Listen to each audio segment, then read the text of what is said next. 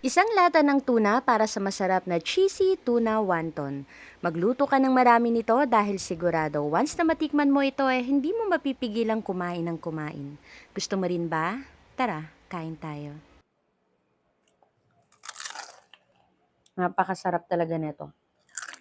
Bali sa recipe na ito ay kakailanganin natin na isang lata ng tuna, 420 grams po yan, isang carrot, red bell pepper, spring onion at isang cream cheese. At sa pagbabalat nga ay gagamit ako dito ng peeler na may lagayan na ng mga balat. Very convenient gamitin yung ganitong klaseng peeler kasi hindi magiging makalat yung pagbabalat natin sa mga gulay. Kakailanganin din natin dito ng bawang at sibuyas at may natira pa rin kami dito na isang red bell pepper, isasama ko na rin dito.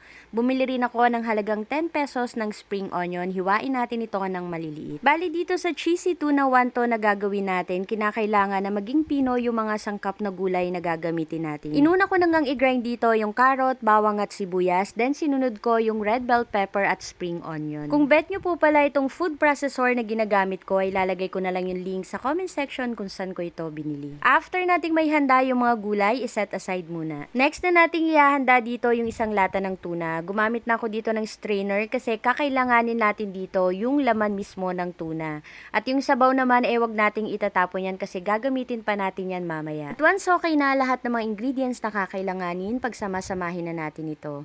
Naglagay din pala ako dito ng cream cheese. Ito kasi yung magbibigay sarap dito sa recipe na gagawin natin. Haluin natin ito ng mabuti, then maglagay na tayo dito ng mga pampalasa, paminta, konting seasoning at brown sugar.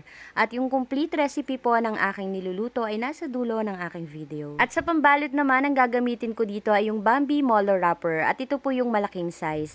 At sa paggawa naman ito ay maglagay lang tayo ng 1/2 tablespoon ng ating mixture. Then yung mga gilid ng ating Molo Wrapper ay lagyan natin ng oil galing sa tuna. At i-press lang natin yung mga gilid para maisara. Pwede rin po pala na tubig yung gamitin nyo para maisara itong Molo Wrapper. At sa pagluluto naman ay madali lang po. Magpainit lang tayo ng mantika at prituhin ito hanggang sa mag-golden brown. Pwede rin naman na sa air fryer nyo ito lutuin.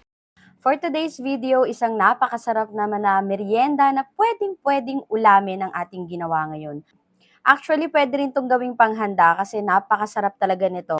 Isa ito sa mga una kong niluto before sa mga vlog ko at talaga namang nagustuhan namin ito dahil napakasarap. Lalo na pag isasawsaw nyo siya dito sa sweet chili sauce. At ang maganda lang dito, pag sa air fryer nyo siya niluto, hindi nyo na kailangan pa ng mantika. At less oil talaga yung kalalabasan ng cheesy, crispy tuna wonton na ito.